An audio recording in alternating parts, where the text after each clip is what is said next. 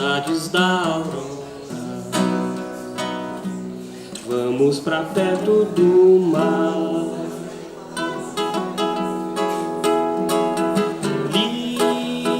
Lisa Angélica,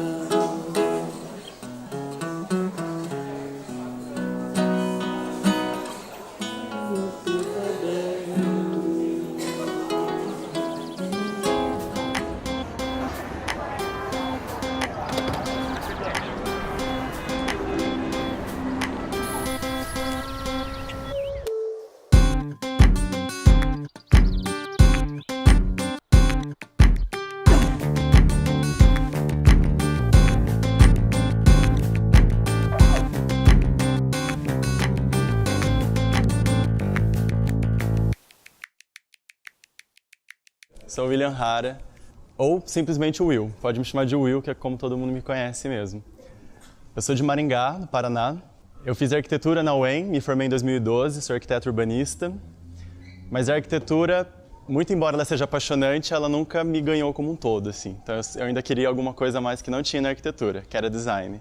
Então eu sempre fiz design de marcas e descobri que tinha uma pós em branding aqui em Curitiba. Daí em 2016 eu me mudei para cá, ano passado, para concluir essa pós-graduação em gestão de marcas, branding. E agora terminei branding, estou numa outra pós, novamente, especialização em inovação e gestão do futuro, pela UPET. E temos alguns professores aqui na plateia, que já me deram aula, e alguns colegas de classe também. Bom, do que eu gostaria de falar com vocês aqui hoje? Trazer para vocês um pouco sobre transição, que é o momento que a gente está vivendo agora. Um pouco sobre futurismo, como que a gente pensa futuros, mentalidades, quais são as mentalidades que cada tipo de futuro exige de nós, que a gente adote, e novas economias. Vou fazer uma pergunta, temos fluxonomistas na plateia? Sim? Legal, legal. Bom, antes de tudo isso, uma pergunta que eu faço para vocês, que eu tenho feito para as pessoas, é se as pessoas sabem respirar. Já fizeram essa pergunta? Vocês sabem respirar? Será que a gente sabe respirar? Começo do ano agora, eu tive a honra de participar de um retiro de meditação Vipassana, que é uma meditação, são 10 dias em silêncio e a gente fica lá com nós mesmos, assim, só prestando atenção na respiração e nas sensações do corpo. Então, nessa onda de inovação, de tanta informação, de tanto projeto acontecendo e coisas exponenciais, esse volume grande de informação, nossa cabeça acaba não dando conta. Por isso que a gente tem crises de ansiedade, pânico, depressão. Mas se a gente tentasse até o momento, aí a gente consegue passar por tudo isso muito bem. Então eu convido vocês a prestar mais atenção na respiração de vocês e a tentar ficar mais presente no presente. Porque o volume de informações é sempre grande, só que a gente consegue dar conta. Bom, a transição que a gente vive é uma transição de era, é uma transição de economia e uma transição de modelo político. Então, tudo isso está acontecendo ao mesmo tempo. Aí algumas pessoas podem chamar isso de crise. Nossa, estou em crise, está tudo acontecendo, eu não sei para onde que eu vou, o que está acontecendo, o que eu faço da minha vida, o que eu faço da minha profissão. O que está acontecendo com o país, com a política, com a sociedade. E eu vi alguns vídeos muito bacanas que me inspiraram a passar a entender que, na verdade, crise também quer dizer oportunidade. Que a palavra crise vem de crisálida, que é quando a borboleta está rompendo o casulinho dela para abrir asas mesmo. Então exige um esforço interno dela para ela romper com a crise dela, que ela mesma provoca, e para ela poder ter a transformação dela. Essa é a transição que a gente vive hoje. Então a gente tem uma rede centralizada, existiu uma rede centralizada. Da rede centralizada a gente passou para uma rede descentralizada e atualmente da rede descentralizada a gente passou para essa rede distribuída. Trazendo para o lado da política e da economia, politicamente, a gente tinha a monarquia, que era o poder na mão de um. Depois, em modelo econômico, a gente tinha o feudalismo. Num segundo momento, a gente tinha a república, que o poder descentraliza, e a economia passa para o capitalismo. E agora, a gente está vivendo um novo momento que tudo está conectando, então a gente não precisa mais de pontos centralizadores para a gente ter acesso a alguma coisa. A gente simplesmente vai pela rede e acessa informação do outro lado do mundo. Então, tudo flui de forma distribuída e conectada. E a gente não sabe ainda que nome dá para isso, né? O que é esse novo momento político e econômico que a gente está entrando agora. E a gente está bem nesse momento da transição, descentralizado, entrando nessa parte do distribuído. E o que a gente vive agora são paradigmas. É um grande paradigma, esse momento de transição que a gente está vivendo. E na parte da inovação, a gente sempre trabalha com essa coisa de paradigmas. A gente compreende um paradigma, traz ele à tona, ilumina ele, as pessoas compreendem o paradigma para depois deixar ele de lado e construir um novo paradigma, construir um novo futuro. Mas falar de futuro é bacana também a gente repensar o nosso passado, a gente dá uma olhadinha no passado. Então, para isso, eu trago para vocês um convite à filosofia. Ano passado, aqui na aldeia, a gente teve um curso de filosofia que foi muito bacana e eu tive a honra de estudar com a Rafise e ela ensinou para a gente um pouco de filosofia clássica e medieval, e filosofia medieval. Na filosofia clássica, ela trouxe para a gente esse cara que é o Aristóteles e ele fala de filosofia política. E é bacana porque a filosofia política do Aristóteles encaixa direitinho naquele modelo ali em cima que a gente está vendo, da transição dos sistemas. Então, o Aristóteles ele falava que tem 6 tipos de governo. Esses 6 tipos de governo para Aristóteles eram divididos em 3 formas de poder. Poder na mão de um, descentralizado e distribuído. E que essas 3 formas de poder eram separadas entre 3 formas ideais de governar e 3 formas degeneradas de governar. Para o Aristóteles, a forma reta e centralizada de governar ele chamava de monarquia. O que era a monarquia? Era o poder na mão de um, que é aquela bolinha azulzinha que está ali. O poder na mão de um, pensando no bem de todos. As bolinhas verdes são todos que se conectam com ele. E a forma degenerada de uma monarquia é a tirania. A tirania é o poder na mão de um, pensando no bem dele próprio. Isso é um modelo de tirania. Num segundo momento, segundo Aristóteles, a gente tinha a aristocracia, que era o poder na mão dos ricos, que estão ali os distribuídos, os descentralizados, pensando no bem de todos. E a forma degenerada da aristocracia é a oligarquia, que é o poder na mão dos ricos, pensando no bem dos ricos, pensando no bem de poucos. E continuando essa evolução do modelo político, a gente entra na politeia. A politeia é o poder na mão de todos, visando o bem de todos, o bem comum. E a forma degenerada de politeia é o que ele chama de democracia. A democracia é o poder na mão de todos, visando o bem dos pobres. Então, as formas degeneradas, ou elas visam o bem de um, ou só dos ricos, ou só dos pobres. A provocação que eu faço é, que modelo é esse que a gente defende? E como que a gente conseguiria realmente fazer o bem comum, e não só o bem de alguns? Bom, isso é retomando lá a filosofia, né? Eu sei que muita coisa mudou na política. Agora vamos jogar para o outro lado, para o futuro. Então, falar de futurismo. Para falar de futuro, preciso deixar claro que existem 3 formas de pensar futuros. É o que eles chamam de futuros concebíveis. E para você conceber 3 formas diferentes de futuro, você precisa de 3 tipos de mentalidades. Sendo que a nossa sociedade costuma encorajar só um tipo de mentalidade. Então, são 3 tipos de futuros concebíveis. Existem os futuros prováveis, que analisa o passado, ele olha lá para trás, analisa e pensa como que provavelmente o futuro vai acontecer. Lá na frente, a gente tem os futuros desejáveis, que são criar futuros. Você olha para o futuro e consegue criar, e consegue pensar, imaginar. E existem os futuros possíveis. Os futuros possíveis é aquilo que dá para fazer pensando no presente. Então, ele pensa no agora. Então, nós temos 3 formas de ver o futuro. Olhar futuro pensando tudo no passado, tudo que já aconteceu. Olhando para o futuro, tudo que dá para desejar, para ter. E olhando para o agora, tudo que é possível fazer. Só que para ter esses 3 tipos de futuro, tem que ter 3 tipos de mentalidades. A mentalidade ligada a futuros prováveis é a reativa. Então, quando a gente pensa futuro só olhando para o passado, a gente vai estar sempre reagindo a coisas que já foram feitas. Sempre na reativa. E você usa as lentes da escassez. Então, a gente acha que não vai ter para todo mundo. A gente acha que não vai ter dinheiro suficiente, não vai ter recurso. Ela fica um pouco pessimista, a construção de futuro. Por isso que ele é um futuro provável, porque provavelmente vai continuar dando errado essa nossa construção. Já do outro lado, a gente tem a mentalidade criativa. Essa é uma mentalidade que a gente tem que encorajar.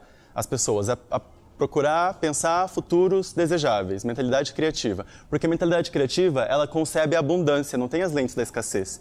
Então, olhando para o passado, a gente acha que vai acabar. Olhando só para o futuro, a gente acha que vai ter para todo mundo. Não, é abundante, vai ter Wi-Fi para todo mundo vai ter celular, acesso à tecnologia, dinheiro fácil, todo mundo vai andar de skate voador. Parece utópico, sim, só que se a gente não tiver mentes criativas tendo esse tipo de ideia louca, a gente não coloca outras ideias em prática.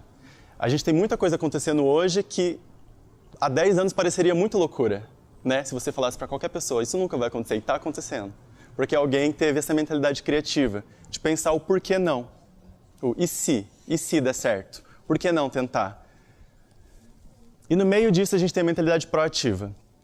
Mentalidade proativa é essa que enxerga a suficiência.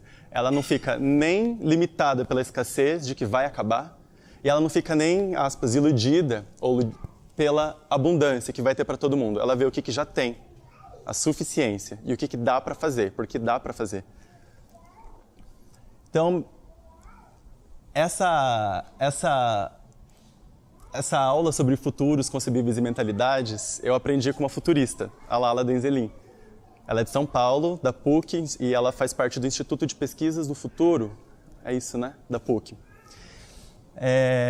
E tem alguns verbos, assim, é bem bacana essa relação que ela faz com as letras de cada tipo de mentalidade. Então, a mentalidade reativa está muito ligado a verbos com a letra R também, que é o reciclar, reutilizar, refazer, é tudo lentes da escassez. Vamos refazer, vamos reutilizar.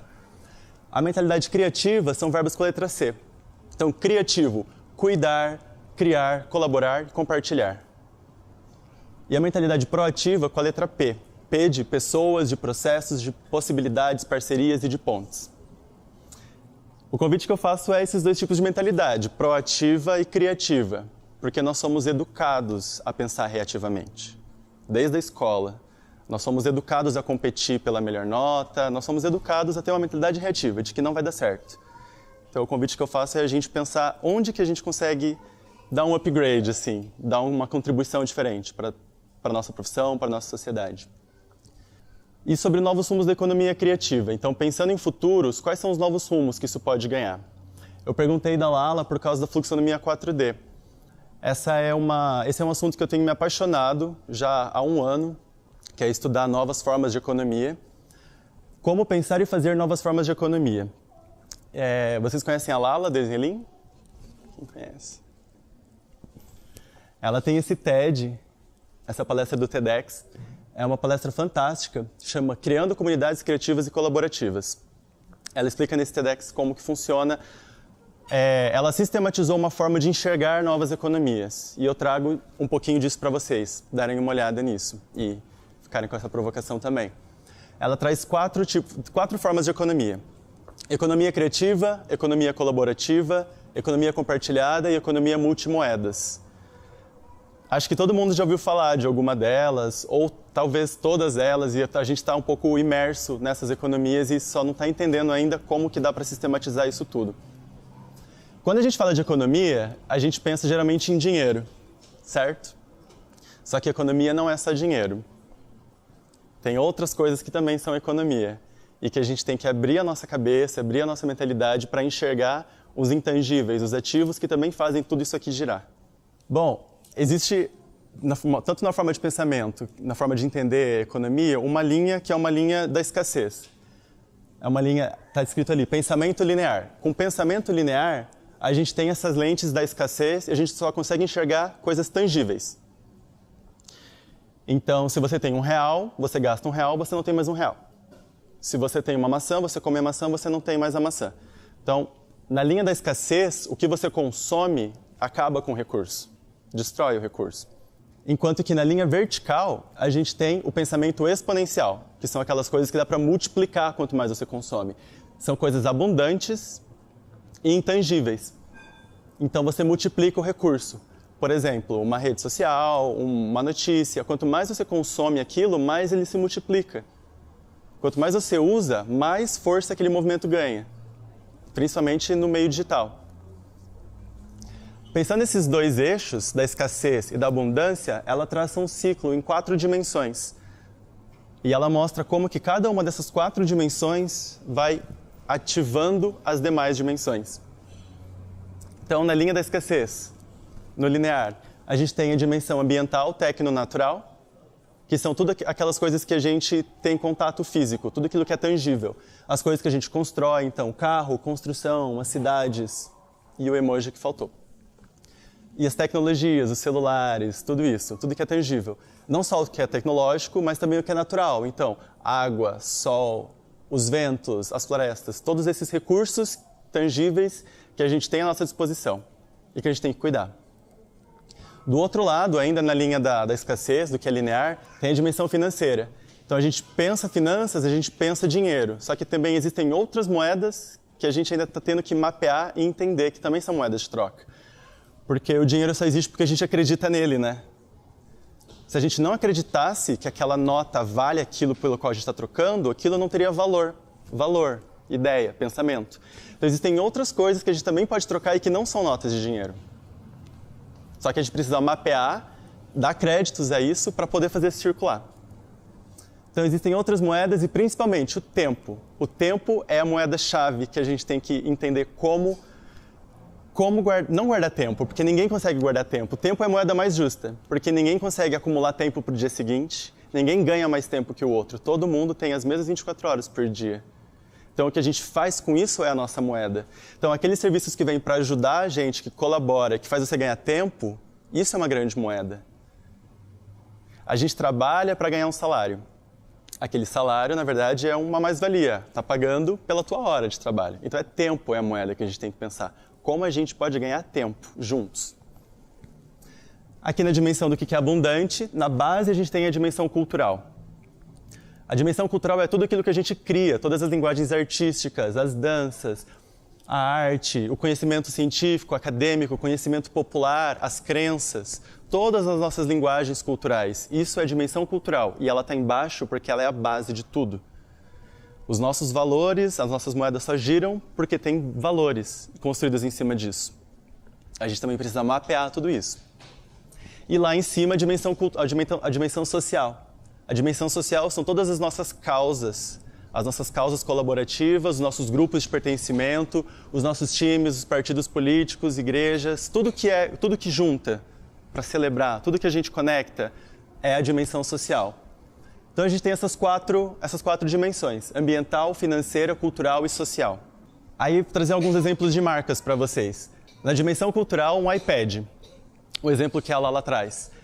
A Apple, digamos que em 2012, ela vendia um iPad por $500. Desses $500, 30 era tangível, 30 era carcaça, era o que você quebra a telinha ali e tem que trocar. Os outros 470 é tudo intangível, é marca, é software, é aplicativo, é propriedade intelectual. Então é um poder com muito valor, é um produto com muito valor agregado, baseado na economia de cultura, no intangível dela. Na dimensão do ambiental, o Airbnb. O Airbnb ele revoluciona porque ele não constrói novos espaços para hospedar. Ele pega os espaços que já existem e dá novos usos. Então é uma forma de repensar a dimensão ambiental. Na dimensão social, a Wikipedia. A Wikipedia ela só foi construída porque cada um colaborou com um pouquinho para ela ser montada, né? E cada um foi corrigindo o artigo um do outro. Porque sozinho um país ou uma empresa não poderia ter bancado a grana nem o tempo para construir a Wikipedia. Então foram mais de 100 milhões de horas para construir a Wikipedia, porque cada um doou 20, 30 minutinhos para poder construir. Por isso que ela é uma economia considerada do social. E no financeiro, eu trago o Obliv para vocês. Alguém conhece? Já ouviram falar? Que a moeda de troca é o tempo, né? Então eu entro nessa rede social, eu entro nessa plataforma e eu ganho créditos, 5 créditos, que equivalem a 5 horas. Com essas minhas 5 horas, eu consigo fazer uma permuta com alguém. Então, eu dou aula de violão e eu quero aprender a cozinhar. Então, eu troco 1 hora com ela e ela me dá 1 hora me ensinando a cozinhar e eu ensino ela a tocar violão. E é uma outra forma de pensar as trocas que a gente faz. Na economia cultural, na dimensão cultural, é a base para a economia criativa. Então, tudo que tem a ver com a economia criativa está nessa dimensão. Na ambiental, a economia compartilhada. Então, tudo que a gente compartilha, que a gente pega coisas que já existem e dá novos usos, não precisa construir coisas novas. O número de residências, o número de de imóveis que a gente tem vazios nas grandes capitais do mundo quase que equivalem ao número de pessoas sem moradia nessas mesmas capitais. Então, se a gente pegasse os espaços vazios em Curitiba e desse novos usos para eles, para abrigar essas pessoas que não têm moradia, não precisa construir coisa nova, só precisa rever os usos. Os espaços que estão ociosos, os carros que estão parados nas garagens, as garagens que estão vazias. É só dar novo uso, não tem que construir muita coisa nova. Na dimensão social, economia colaborativa, que é o exemplo da Wikipedia, então a gente só consegue construir grandes coisas e exponencializar se a gente conseguir colaborar, se cada um der um pouquinho do seu. E a financeira, que é pensar a economia multimoedas. Quais são as outras moedas que a gente pode trocar? Mapear essas moedas, dar créditos para elas e fazê-las circular dentro de um ecossistema. Para ajudar a gente a pensar essas 4 economias, tem alguns verbos que nos ajudam a entender melhor. Então, para a economia criativa, de fato, começar a ganhar força, mais força, a gente precisa conhecer quais são os nossos recursos intangíveis, conhecer quais são as nossas linguagens e não ficar só no acadêmico, mas pensar também as coisas, o conhecimento popular e conhecer essas linguagens e comunicá-las. Porque se você conhece, mas não comunica, aquilo fica guardado e não ganha valor. Então, essas são as 2 frases, verbos de ordem, assim, conhecer e comunicar. Na economia compartilhada, o conectar esses espaços que estão ociosos e cuidar desses espaços, para que a gente não precise construir novos, tanto recurso natural quanto tecnológico. Na economia colaborativa, o colaborar entre si e o celebrar. Aqui fica uma observação muito bacana que a Lala traz, que as pessoas não se juntam para competir. Então, se a gente quer fazer algo, uma economia colaborativa, ela tem que ser celebrada, tem que ser uma causa bacana, positiva. As pessoas se juntam para celebrar, tipo futebol e tipo carnaval. Todo mundo se junta, o país para, tem feriado nacional para isso. Agora, a competição é muito lente da escassez, então as pessoas não querem mais. Até porque não precisa mais competir, né? A gente tem tudo garantido, não tudo garantido, mas é fácil ter acesso às coisas. E sobre economia multimoedas, creditar, que é dar este crédito, dar o crédito, mapear o que é recurso, o que dá para fazer troca e fazer essas coisas circularem entre si. E no meio disso tudo está a confiança. Confiar que vai dar certo. Confiar é a moeda do futuro, é o que falam. Porque se a gente não confia, uma economia não gira a outra. Se a gente não confia que o meu amiguinho vai chegar na minha casa e vai cuidar do meu apartamento quando eu estiver fora, para eu estar dentro do Airbnb, ou se você não confia que você vai que você vai dirigir no Uber ou no Cabify e o cara que você vai dar carona não vai te assaltar. Então, essas economias só funcionam porque tem confiança. Claro, existem mecanismos para a confiança acontecer. Existem mecanismos para dar segurança para a gente, né? Mas a moeda é a confiança. O paralelo que a gente traz e que eu acho que se conecta muito bem com o Genius, que é esse tema agora do Creative Mornings, é comparar com Gaia. Se a gente está vivendo uma evolução da espécie humana e uma evolução do próprio ser humano, e se a gente parar para pensar qual que é a última coisa que termina de se desenvolver num ser humano, depois que a gente sai da barriga da nossa mãe, 19, 20 anos depois, a gente termina de formar o nosso corpo, que é a nossa rede neural. Então, por mais que muita coisa seja gerada no ventre da mãe, a última coisa que termina de se formar no ser humano é o sistema neural. E fazendo essa metáfora de Gaia, se a gente tem uma mãe Terra, um planeta, que é a nossa mãe, e se o planeta está se desenvolvendo, a última coisa do planeta que vai terminar de se desenvolver, se ele for um ser vivo, é a rede neural do planeta Terra. E a internet é o que possibilita isso. Porque é como se nós fôssemos neurônios de um grande sistema que pensa. Como se a espécie humana finalmente tivesse transcendido o pensamento individual para entrar num pensamento coletivo. Então a rede neural fica muito parecido em você pensar que o planeta inteiro está se conectando. E que cada um de nós podemos ser um neurônio. Só que o que a gente precisa, né? Ela também fala, a gente precisa sinapsar, a gente precisa se tocar, a gente precisa entender as nossas vulnerabilidades, as nossas dores, para a gente criar soluções proativas, de acordo com o que existe, na base da confiança. Confiando que o ser humano dá para a gente fazer coisas incríveis juntos. Bom, o tema é gênios, né? Quando me chamaram para falar, eu pensei nessa metáfora da Gaia, ser a nossa mãe Terra. E eu pensei, bom, gênios são como se fossem portais. Porque o gênio da lâmpada, quando você esfrega a lâmpada, o gênio ele surge e ele te concede 3 pedidos. E cada pedido que ele te realiza é como se ele abrisse um portal para você alcançar algo muito mais fácil que você não alcançaria sem aquele gênio. Então a pergunta que a gente colocou nas tags de vocês é: se vocês fossem um portal, a que vocês dariam acesso?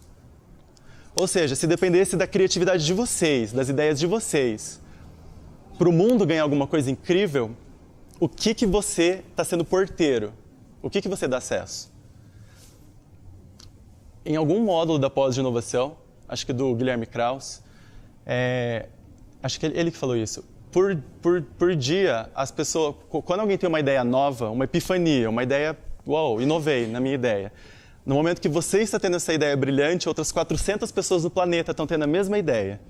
Porque a gente está vivendo coisas muito parecidas. E tem um tal do inconsciente coletivo que o Jung falava, né?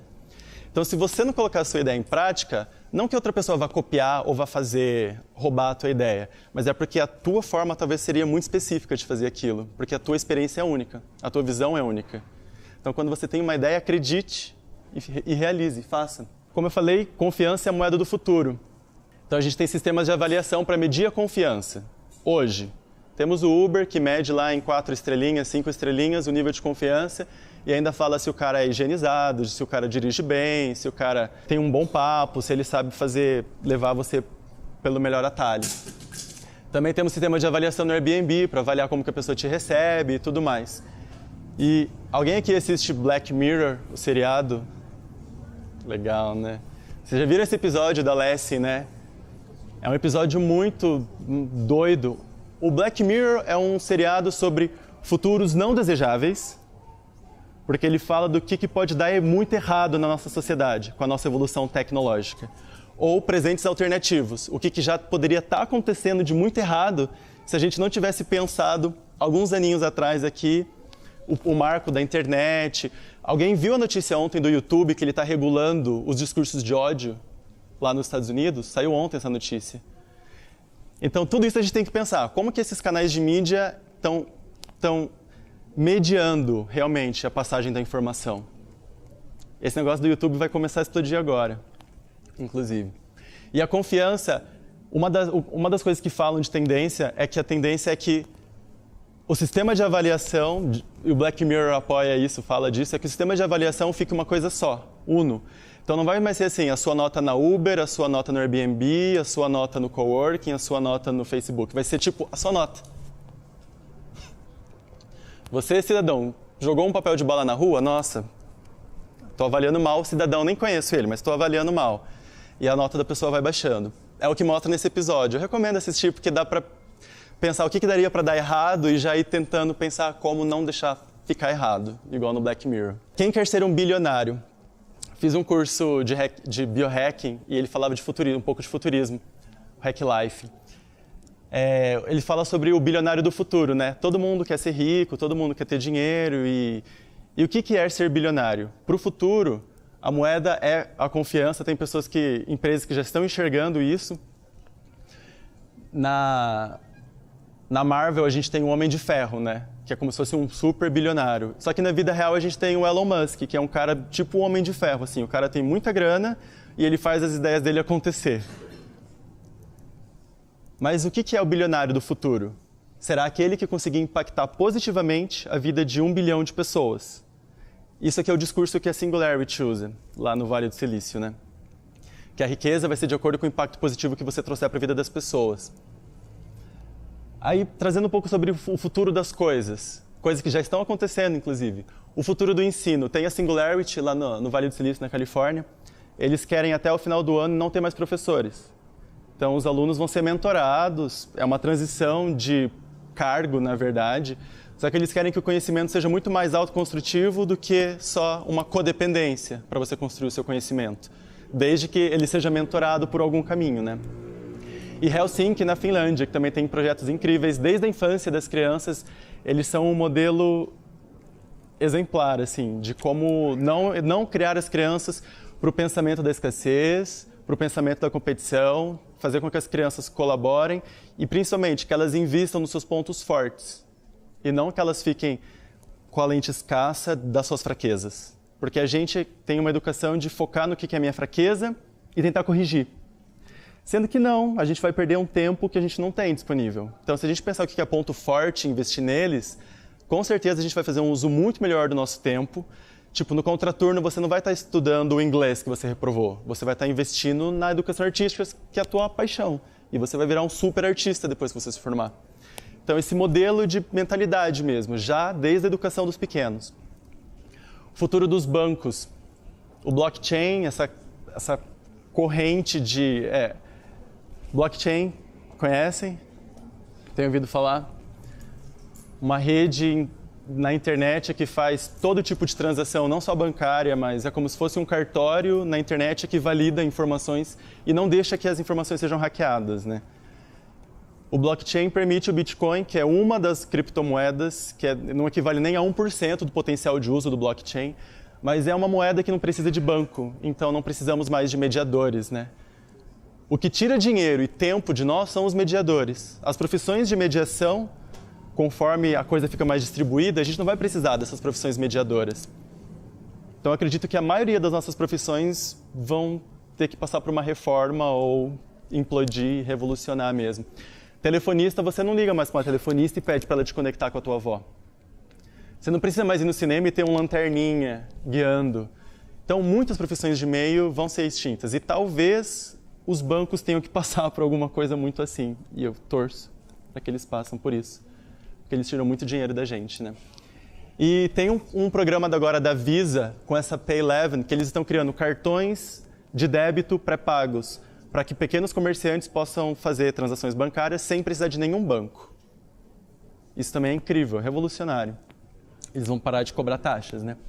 E o futuro da comunicação. O blockchain também permitiu esse bitmark, que é tudo que você posta, na hora que você posta, aquilo pode ser republicado e a sua ideia você pode perder, não é mais tua autoria, né? Caiu em domínio público.